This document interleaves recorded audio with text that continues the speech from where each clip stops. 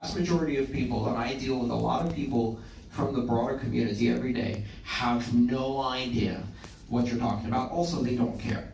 And that's a good thing. Now, your question is great, and I'll answer it. But I just want to put it into perspective. We get sometimes caught up in these really esoteric minutiae, and especially when the price is down and people are feeling threatened and defensive and upset, then they start making very clear distinction between us and them and the other guys and the good guys and the bad guys and which side are you on and I'm on their side and no, you should be on our side. And I don't do that, right? I don't play that drama game. So, first of all, I'm not a maximalist. I think the word doesn't mean anything. It's used to criticize people who have certain positions, but the problem is it's not a description of one specific position, right? Some people believe that there can only ever be one cryptocurrency. I don't know what to call that, maximally maximalist. Others believe that only one can be a form of money, and there can be other blockchains, but they're just not going to be money, which is kind of monetary maximalism. Others say, no, all platforms need to also be strong money, and there can only be one money, which is platform maximalism. And you can keep subdividing these, right? I find it a bit like American churches and religions. Every now and then I meet someone, and they say, I'm an American Seventh-day Pentecostal Evangelical Post-Methodist. I'm like, oh, that's interesting. What does that mean exactly? Oh yeah, well, we differentiate ourselves from the American Pentecostal Evangelical non-Post-Methodists of 1734, when we had a major disagreement over religion. Like, I don't understand. I don't know. Why? What?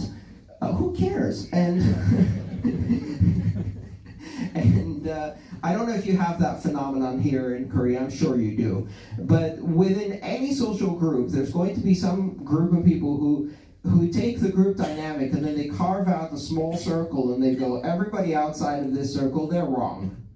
And everybody inside this circle, we know the one true doctrine, the one truth. And we've seen that happen in crypto. Basically what it means is the crypto community has gotten big enough that we can now have our very own ridiculous religious sectarian wars over tiny doctrinal differences that nobody outside of crypto even cares about or could understand. But if you sit down with some of these people, they will be happy to explain it to you for 2 hours while missing all of the social cues that you don't care. They will ignore all of that and continue to explain it to you for 2 hours. So like, no. Ethereum Classic.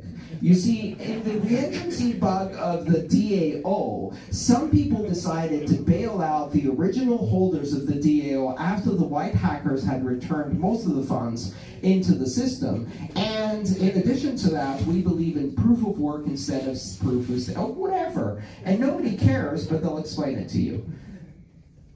None of this matters. That's my position on maximalism. None of this matters. And the reason none of this matters is because, first of all, nobody out there has any idea what we're talking about, right? They still think there's only one.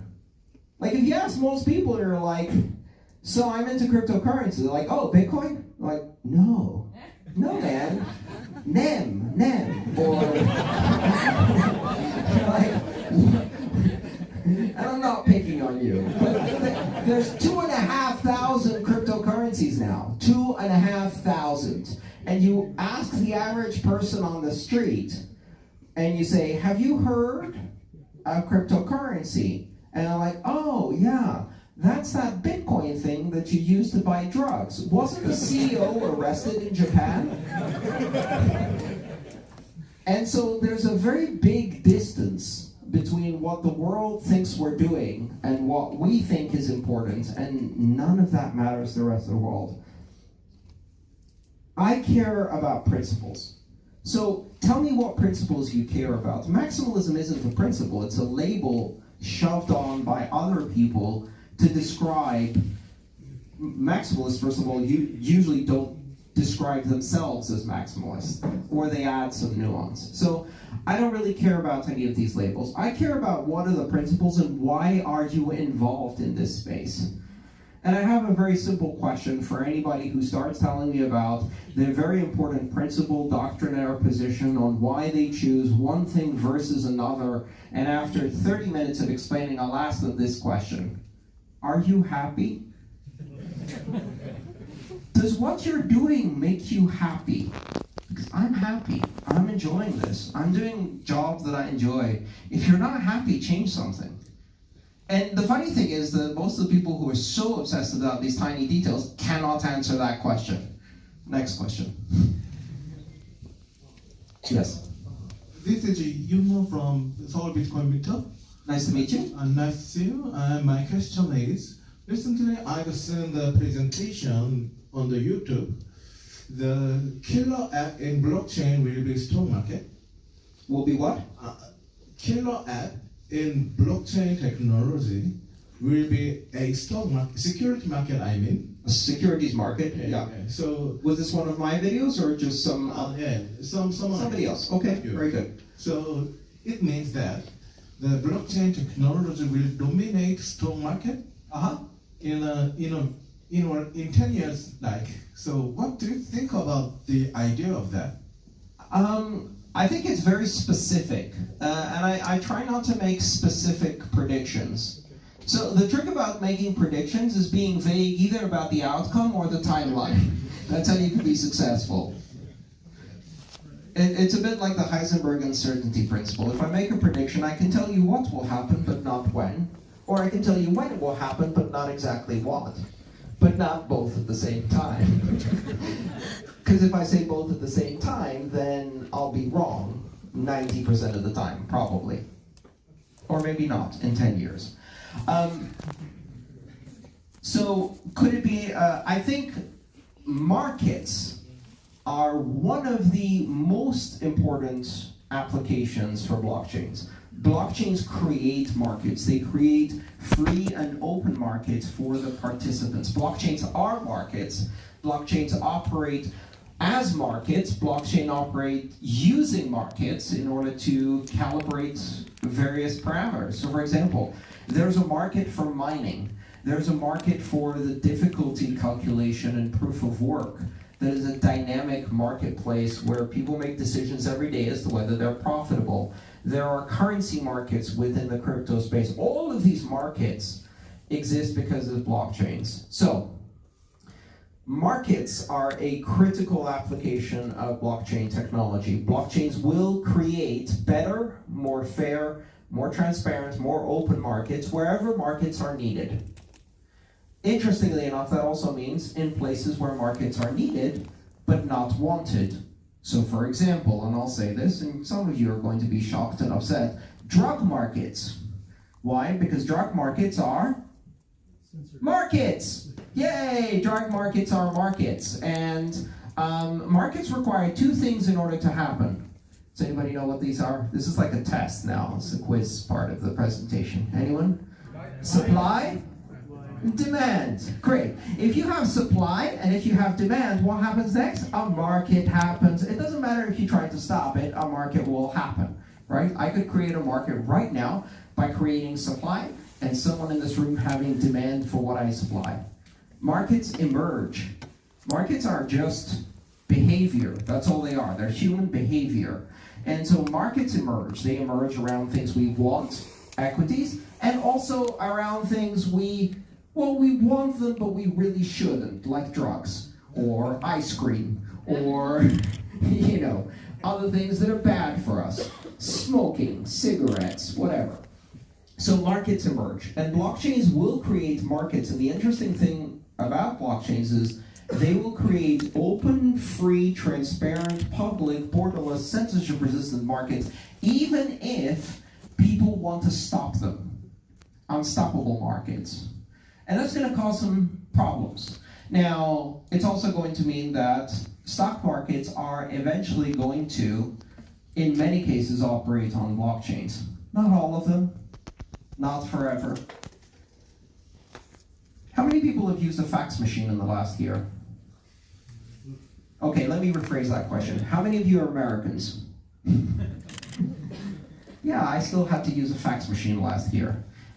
This is 35 years into the development of the internet. Fax machines still exist. And I had to use a fax machine. Okay, I'm lying. I did use a fax machine. I used a website where I uploaded a PDF, and they had a fax machine that sent it to the government agency that insisted on receiving a fax from me. So I basically cheated and sent them a PDF over somebody else's fax. But the point is, no technology ever goes away. I'm sure there's a park somewhere in Seoul where if you really, really want to, you can go for a ride on a horse. Right?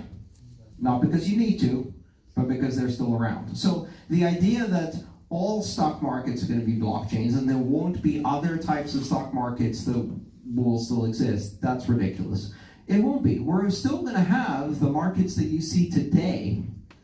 We're still going to have tuna markets like they have in Japan, where people are bidding on the floor for an actual piece of tuna. These still exist. Tradition is powerful. But I think stock markets are one of the applications that we're going to see sooner rather than later. And the reason is very simple. If you can make a more efficient, more transparent, open public system, then a lot of money can be made with that. So I think it's likely.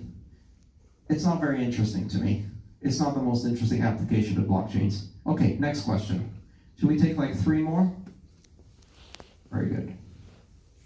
Okay, hello. I've been aware of you since last year, and you seem to be a person who really likes Bitcoin and the blockchain and all the benefits it might give. Very good. But thank you. I want you to try to play devil's advocate. Yes. For me. And you might have received this question before. What could be the biggest danger to Bitcoin that could be thrown by, let's say, the banks or by international governments? Very good. That Yes. can actually maybe throw it off its original course of trying to be decentralized and just being forced for the individual. And then I get that question quite often, so I can answer it very, very directly and very simply. I think the biggest weakness that Bitcoin has is that the base layer, the first layer blockchain, is insufficiently private. It does not have strong enough privacy anonymity guarantees. And what that means is if you're trying to build a currency on top of it,